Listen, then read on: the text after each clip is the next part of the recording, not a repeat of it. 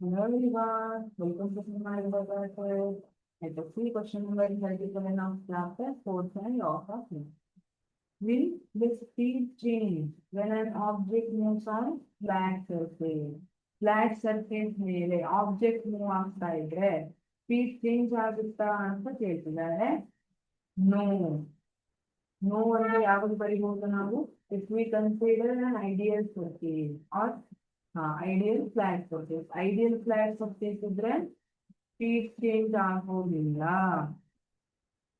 ಇದನ್ನ according to first law of motion ಅವರು question ಕೇಳಿದ್ರೆ ನಾವು ನೋ ಅಂತ ಆನ್ಸರ್ ಅನ್ನ ಬರೀಬಹುದು. ಯಾಕೆಂದ್ರೆ according to first law of motion ಏನ್ ಹೇಳುತ್ತೆ, if any object is in uniform motion or any object is in at rest, ಆ ಟೈಮಲ್ಲಿ ಏನಾಗುತ್ತೆ, ನಾವು ಅನ್ಬ್ಯಾಲೆನ್ಸ್ಡ್ ಫೋರ್ಸ್ ಅನ್ನ ಅಪ್ಲೈ ಮಾಡೋವರೆಗೂ ಅದು ತನ್ನ ಸ್ಟೇಟ್ ಅನ್ನ ಚೇಂಜ್ ಮಾಡ್ಕೊಳ್ಳೋದಿಲ್ಲ. If any object is in rest, ನಾನು ಅದ್ರ ಮೇಲೆ ಫೋರ್ಸ್ ಅನ್ನ ಅಪ್ಲೈ ಮಾಡ್ತೀನಿ, ಆ ಟೈಮಲ್ಲಿ ಅದು ಮೂವ್ ಆಗೋಕ್ಕೆ ಸ್ಟಾರ್ಟ್ ಆಗುತ್ತೆ. ಅದೇ ತರ ಯಾವ್ದೋ ಒಂದು ಆಬ್ಜೆಕ್ಟ್ ಯೂನಿಫಾರ್ಮ್ ಮೋಷನ್ ಅಲ್ಲಿ ಇರ್ಬೋದು, ನಾನು ಅದ್ರ ಮೇಲೆ ಫೋರ್ಸ್ ಅನ್ನ ಅಪ್ಲೈ ಮಾಡ್ತೀನಿ, ಅವಾಗ ಅದು ಸ್ಟಾಪ್ ಆಗ್ಬಹುದು ಅಲ್ವಾ.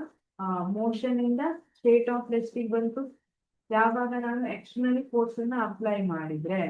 ಬಟ್ ಇಲ್ಲಿ if I consider ideal flat surface, ನಾನು ಐಡಿಯಲ್ ಫ್ಲಾಟ್ ಸರ್ಫೇಸ್ ಅನ್ನ ಕನ್ಸಿಡರ್ ಮಾಡಿದ್ರೆ ಅಲ್ಲಿ ಫ್ರಿಕ್ಷನಲ್ ಫೋರ್ಸ್ 0 ಇರುತ್ತೆ ಅಲ್ವಾ. ಹಾಗಾಗಿ ಅಪೋಸಿಂಗ್ ಫೋರ್ಸ್ ಇಲ್ಲ, ಫ್ರಿಕ್ಷನಲ್ ಫೋರ್ಸ್ ಆಲ್ವೇಸ್ ಅಪೋಸಿಂಗ್ ಅಂತ ಗೊತ್ತು. ಫ್ರಿಕ್ಷನಲ್ ಫೋರ್ಸ್ ಇಲ್ಲ ಅಂದ್ರೆ ಸ್ಪೀಡ್ ಅಲ್ಲಿ ಚೇಂಜ್ ಆಗೋದಿಲ್ಲ. ಬಟ್ ನಾವು in general day to day life ಅಲ್ಲಿ ಕನ್ಸಿಡರ್ ಮಾಡಿದ್ರೆ of course answer is yes, speed changer. ಇನ್ನು ಸ್ಪೀಡ್ ಚೇಂಜ್ ಅಂತ ಹೇಳಿದ್ದಾರೆ, ಎಸ್ ಅಂತ ಬರೀತೀವಿ.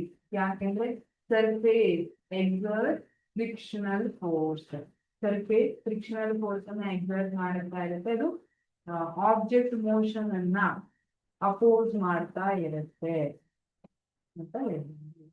Thank you.